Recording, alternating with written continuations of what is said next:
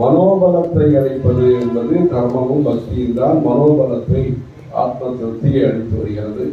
அப்படிப்பட்ட இந்த நம்முடைய பாரதிய வைதிகமான சனாதன இந்து தர்மமானது மேலும் மேலும் வளர்க்கப்பட வேண்டும். முன்னாடியே வளர்த்திருக்கா, அது பக்தியின் மூலமாக வளர்த்திருக்கா. இப்ப தேவையின் மூலமாகவும் இதை வளர்க்க வேண்டிய அவசியம் இருக்கு. பொதுவாக வளர்ப்பது கௌரவத்தின் காரணமாக, நம்பிக்கையின் காரணமாக, பக்தியின் காரணமாக இதை வளர்த்தார்கள். அது விசேஷமான ஒரு உற்சவத்தை நடத்தும். உற்சவத்தை நடத்துறது ஒன்று, நித்திய பூஜைகளை நடத்துவது என்பது ஒன்று.